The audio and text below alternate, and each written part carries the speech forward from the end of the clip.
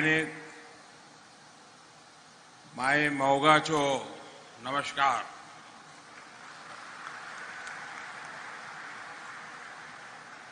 गोवांत येवन म्हाका सदांच खोस भोगता. मंच पर उपस्थित गोवा के गवर्नर पीएस श्रीधरन पिल्लई जी, यहां के लोकप्रिय मुख्यमंत्री श्री प्रमोद सावंत जी, केंद्रीय मंत्री श्रीपद नाइक जी, ज्योतिरादित्य सिंधिया जी, अन्य सभी महानुभाव, देवी और सज्जनों, गोवा के लोगों को और देश के लोगों को नए बने इस शानदार एयरपोर्ट के लिए बहुत बहुत बधाई. पिछले 8 वर्षों में जब भी आपके बीच आने का मौका मिला है तो मैं एक बात जरूर दोहराता था. आपने जो प्यार, जो आशीर्वाद हमें दिया है, उसको मैं ब्याज सहित लौटाऊंगा.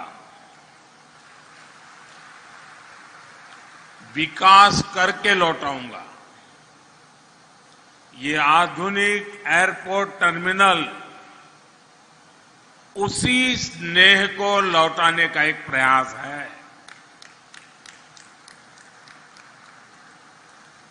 मुझे इस बात की भी खुशी है कि इस इंटरनेशनल एयरपोर्ट का नाम मेरे प्रिय सहयोगी और गोवा के लाडले स्वर्गीय मनोहर पर्रिकर जी के नाम पर रखा गया है.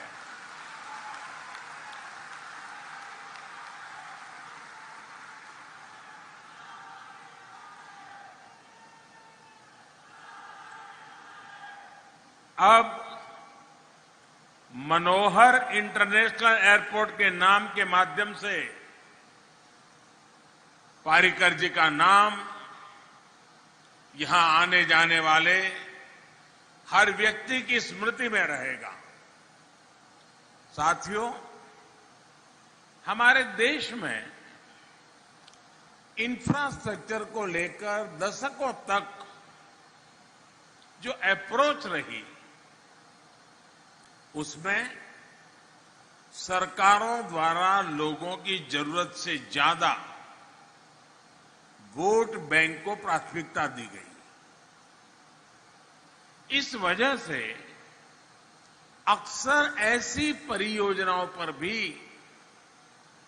हजारों करोड़ रुपए खर्च किए गए जिनकी उतनी जरूरत ही नहीं थी.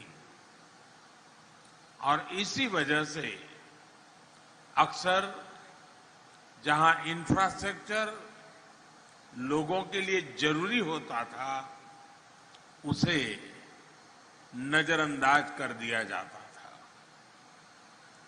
गोवा का ये इंटरनेशनल एयरपोर्ट इसका ही एक उदाहरण है.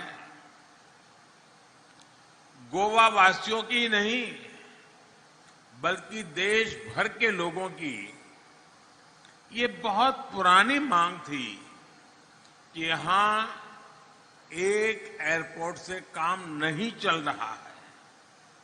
गोवा को दूसरा एयरपोर्ट चाहिए. जब अटल बिहारी वाजपेयी जी की सरकार केंद्र में थी, तब इस एयरपोर्ट की प्लानिंग हुई थी. लेकिन अटल जी की सरकार जाने के बाद इस एयरपोर्ट के लिए बहुत कुछ नहीं किया गया. लंबे समय तक ये प्रोजेक्ट लटकता रहा. 2014 में गोवा ने विकास का डबल इंजन लगाया. हमने फिर से सारी प्रक्रियाएं तेजी से पूरी की और 6 साल पहले मैंने यहां आकर के इसकी आधारशिला रखी। बीच में कोर्ट कचहरी से लेकर महामारी तक अनेक अड़चनें आई, लेकिन इन सब के बावजूद आज ये शानदार एयरपोर्ट बनकर तैयार है।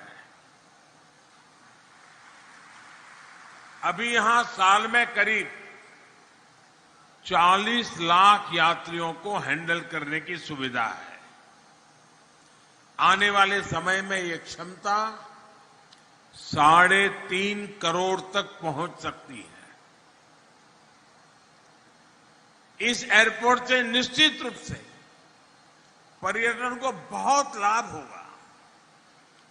2 एयरपोर्ट होने से कार्गो हब के रूप में भी गोवा के लिए संभावनाएं बहुत बढ़ गई हैं। फल सब्जी से लेकर फार्मा प्रोडक्ट्स के एक्सपोर्ट को इससे बहुत बल मिलेगा। साथियों, मनोहर इंटरनेशनल एयरपोर्ट आज देश के इंफ्रास्ट्रक्चर को लेकर बदली हुई सरकारी सोच और अप्रोच का भी प्रमाण है। 2014 से पहले सरकारों का जो रवैया था, उस वजह से हवाई यात्रा एक लग्जरी के रूप में स्थापित हो गई थी। ज्यादातर इसका लाभ समृद्ध संपन्न लोग ही उठा पाते थे। पहले की सरकारों ने सोचा ही नहीं कि सामान्य जन भी, मध्यम वर्ग भी उतना ही एयर ट्रैवल करना चाहता है। इसलिए तब की सरकारें आवाजाही के तेज माध्यमों पर निवेश करने से बचती रही। एयरपोर्ट्स के विकास के लिए उतना पैसा ही नहीं खर्च किया गया। इसका नतीजा ये हुआ कि देश में एयर ट्रैवल से जुड़े इतना बड़ा पोटेंशियल होने के बावजूद भी हम उसमें पीछे रह गए, हम उसे टैप नहीं कर पाए। अब देश विकास की आधुनिक सोच के साथ काम कर रहा है, तो हम इनके नतीजे भी देख रहे हैं। साथियों, आजादी से लेकर 2014 तक देश में छोटे बड़े एयरपोर्ट सिर्फ 70 थे, 70। ज्यादातर सिर्फ बड़े शहरों में हवाई यात्रा की व्यवस्था थी। लेकिन हमने हवाई यात्रा को देश के छोटे छोटे शहरों तक पहुंचाने का बीड़ा उठाया। इसके लिए हमने 2 स्तर पर काम किया। पहला, हमने देश भर में एयरपोर्ट के नेटवर्क का विस्तार किया। दूसरा, उड़ान योजना के जरिए सामान्य मानवी को भी हवाई जहाज में उड़ने का अवसर मिला। इन प्रयासों का अभूतपूर्व परिणाम आया है। बीते 8 वर्षों में, अभी सिंधिया जी ने काफी विस्तार से बताया, बीते 8 वर्षों में देश में करीब 72 नए एयरपोर्ट तैयार किए गए हैं।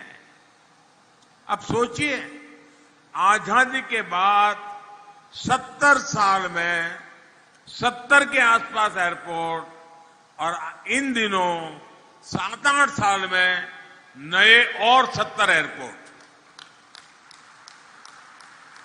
यानी अब भारत में एयरपोर्ट्स की संख्या 2 गुनी हो चुकी है। वर्ष 2000 में साल भर में देश में 6 करोड़ लोग हवाई यात्रा में यानी उसका लाभ लेते थे। 2020 में कोरोना काल से पहले ये संख्या 14 करोड़ से अधिक हो गई थी। इसमें भी 1 करोड़ से अधिक साथियों ने उड़ान योजना का लाभ उठाकर हवाई यात्रा की थी। साथियों, इन सभी प्रयासों की वजह से आज भारत दुनिया का तीसरा सबसे बड़ा एविएशन मार्केट बन चुका है। उड़ान योजना ने जिस तरह देश के मध्यम वर्ग के सपनों को पूरा किया है, वो तो वाकई किसी यूनिवर्सिटी के लिए, एकेडमिक वर्ल्ड के लिए अध्ययन का विषय है। बहुत साल नहीं हुए जब मध्यम वर्ग लंबी दूरी के लिए पहले ट्रेन का टिकट ही चेक किया करता था। अब छोटी दूरी के लिए भी पहले हवाई जहाज का रूट पता किया जाता है, उसका टिकट देखा जाता है और पहले कोशिश होती है कि हवाई जहाज से ही चला जाए। जैसे जैसे देश में एयर कनेक्टिविटी का विस्तार होता जा रहा है, हवाई यात्रा सबकी पहुंच में आती जा रही है। भाइयों और बहनों, हम अक्सर सुनते हैं कि टूरिज्म किसी भी देश की सॉफ्ट पावर को बढ़ाता है, और ये सच भी है। लेकिन ये भी उतना ही सच है कि जब किसी देश की पावर बढ़ती है तो दुनिया उसके विषय में ज्यादा जानना चाहती है। अगर उस देश में कुछ देखने के लिए है, जानने समझने के लिए है, तो दुनिया निश्चित रूप से अधिक आकर्षित होती है। आप अतीत में जाएंगे तो पाएंगे कि जब भारत समृद्ध था तब दुनिया में भारत को लेकर एक आकर्षण था। दुनिया भर से यात्री यहां आते थे, व्यापारी कारोबारी आते थे, स्टूडेंट्स आते थे, लेकिन बीच में गुलामी का एक लंबा कालखंड आया। भारत की प्रकृति, संस्कृति, सभ्यता वही थी, लेकिन भारत की छवि बदल गई, भारत को देखने का नजरिया बदल गया। जो लोग भारत आने के लिए आतुर रहते थे, उनकी अगली पीढ़ी को यह भी पता नहीं रहेगा कि भारत किस कोने में पड़ा है। साथियों, अब 21वीं सदी का भारत नया भारत है। आज जब भारत वैश्विक पटल पर अपनी नई छवि गढ़ रहा है, तब दुनिया का नजरिया भी तेजी से बदल रहा है। आज दुनिया भारत को जानना समझना चाहती है। आज आप डिजिटल प्लेटफॉर्म पर जाइए, कितनी बड़ी संख्या में विदेशी भारत की कहानी दुनिया को बता रहे हैं। इन सभी बातों को ध्यान में रखते हुए अब बहुत जरूरी है कि देश में ईज ऑफ ट्रैवल उसको सुनिश्चित कर दिया जाए। इसी सोच के साथ बीते 8 वर्षों में भारत ने ईज ऑफ ट्रैवल बढ़ाने के लिए, अपने टूरिज्म प्रोफाइल का विस्तार करने के लिए हर संभव प्रयास किए हैं।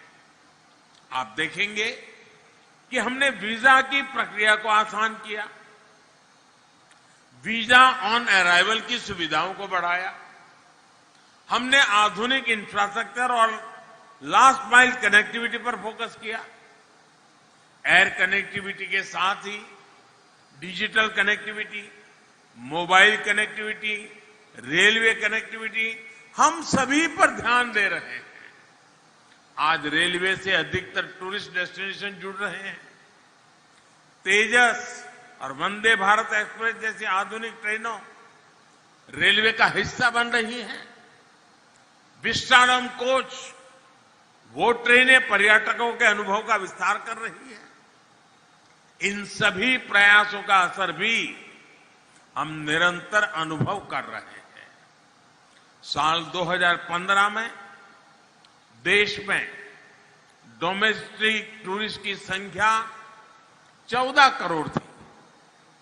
पिछले साल ये बढ़कर करीब 70 करोड़ तक पहुंच गई थी।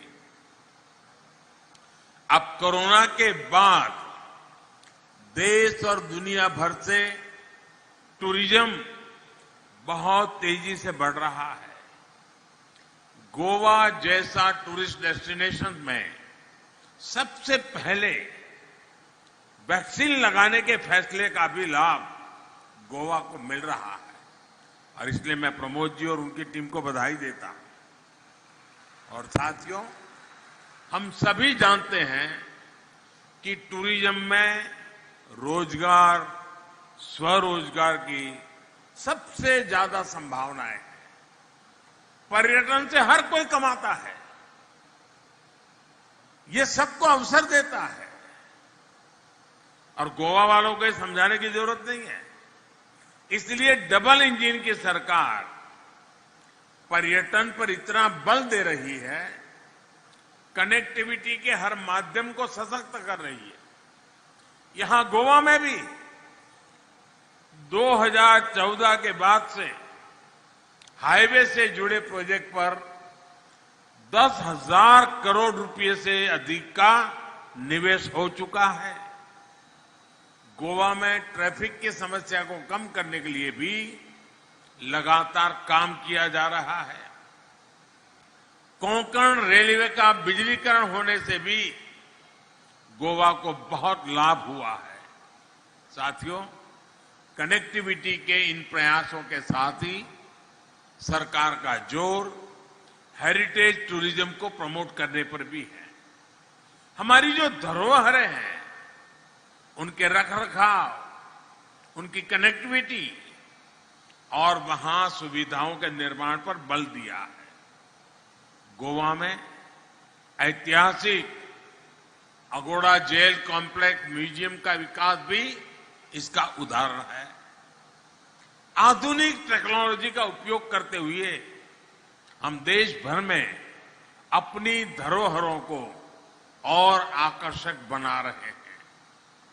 देश के तीर्थों और धरोहरों की यात्रा करने के लिए विशेष रेल भी चलाई जा रही है।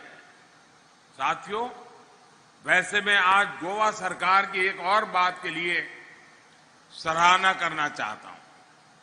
गोवा सरकार फिजिकल इंफ्रास्ट्रक्चर के साथ ही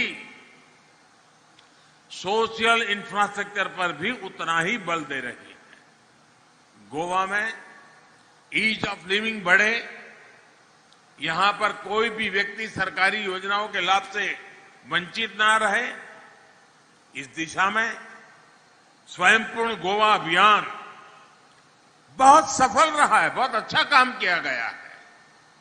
गोवा आज 100% सैचुरेशन का एक बहुत उत्तम उदाहरण बना है। आप सभी ऐसे ही विकास के कार्य करते रहिए, लोगों का जीवन आसान बनाते रहिए। इसी कामना के साथ मैं इस भव्य एयरपोर्ट के लिए आप सबको बधाई देते हुए मेरी वाणी को विराम देता हूं। बहुत बहुत शुभकामनाएं, बहुत बहुत धन्यवाद।